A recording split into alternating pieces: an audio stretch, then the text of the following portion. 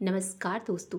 किसी ने क्या बात कही है, जीवन में जो है उसके लिए प्रभु का धन्यवाद करो और जीवन में जो चाहते हो उसके लिए प्रभु पर विश्वास करो, तो आपके जीवन की झोली खुशियों के सिक्के से जरूर भर जाएगी। दोस्तों, हम सभी अपने जीवन में पाना तो सब कुछ चाहते हैं और हमेशा ना पाने का शिकायत भी ईश्वर से हमेशा रहता है। लेकिन ये कभी आपने सोचा है कि ईश्वर से जो कुछ भी हमें मिला है, हम उसके लिए क्या हमने कभी ईश्वर को दिल से धन्यवाद दिया है? कभी हम उसके लिए आभारी हुए हैं? जबकि प्रकृति और ईश्वर का धन्यवाद में ही चमत्कार छुपा हुआ है। आइए इस कहानी के माध्यम से इसे समझते हैं। कहानी है एक वृद्ध किसान की, जिसकी मृत्यु होने वाली थी। उसका एक पुत्र था। किसान मरते वक्त अपने बेटे को चांदी के सिक्कों से भरा हुआ एक थैला देता है और कहता है, जब भी इस थैले से चांदी के सिक्के समाप्त हो जाएं, तो इस थैले को भरने के लिए मैं तुम्हें एक प्रार्थना बता रहा हूँ। उसे दोहराने से चांदी के सिक्के दोबारा इसमें भर जाएंगे। तब उसने अपने बेटे के कान में 4 शब्दों की प्रार्थना बताया और उसी समय उसका देहांत हो गया। किसान के मरने के बाद उसका बेटा चांदी से भरा थैला पाकर बहुत खुश था और लापरवाह होकर चांदी के सिक्के को खर्च करने में जुट गया। थैला ज़्यादा बड़ा होने के कारण उसे चांदी का सिक्का खर्च करने में काफ़ी समय बीत गया और इसी बीच वह अपने पिता द्वारा उसके कान में बताए गए 4 शब्दों वाली प्रार्थना भूल गया। लेकिन जब थैला में से सिक्का खत्म होने को आया तो उसे याद आया कि अरे, पिताजी द्वारा बताए गए 4 शब्दों वाली प्रार्थना क्या थी, मैं तो भूल ही गया। उसने उस प्रार्थना को याद करने की बहुत ही कोशिश की, लेकिन वह प्रार्थना उसे याद नहीं आई।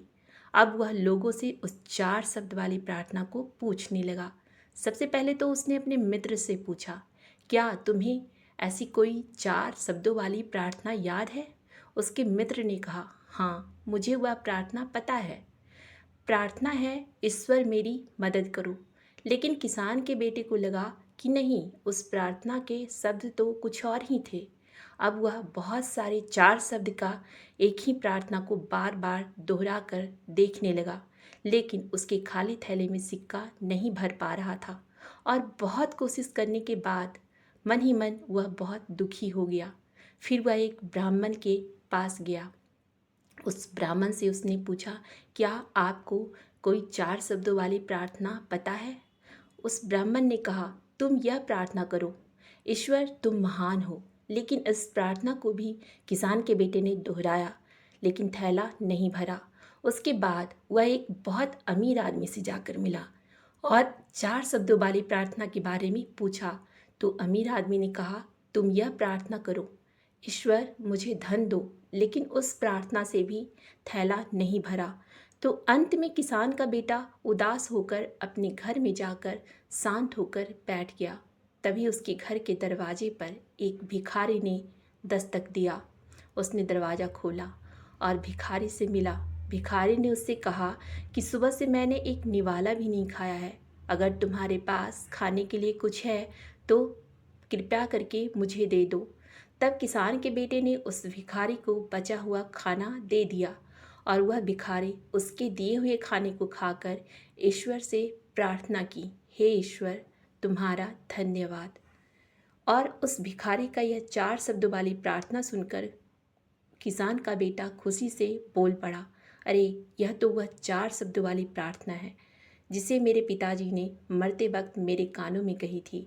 और जब वह भिखारी 4 शब्द वाली प्रार्थना बोल रहा था, हे ईश्वर तुम्हारा धन्यवाद, उसका खाली थैला चांदी के सिक्कों से भर चुका था। दोस्तों, वह खाली थैला हमारी ज़िंदगी है और उसमें रखे चांदी के सिक्के हमारी खुशियाँ हैं। इसलिए जब हम जिंदगी में शिकायत करते रहते हैं, हम दुखी ही रहते हैं, इससे हमारे थैले रूपी जीवन से सिक्के रूपी खुशियाँ खाली होकर समाप्त हो जाते हैं। लेकिन जब हम सभी शिकायतों और दुखों को भूलकर ये 4 शब्दों वाली प्रार्थना से ईश्वर को दिल से धन्यवाद देते हैं, ईश्वर को दिल से धन्यवाद कहते हैं, तो हमारी ज़िंदगी का थैला खुशियों के सिक्के से भर जाता है। इसलिए हमेशा हमें यह याद रखना चाहिए, जो इंसान शिकायतों से भरा रहता है वह कभी भी खुश नहीं रहता है। खुश रहना है तो ईश्वर का धन्यवाद करना ना भूलें। धन्यवाद।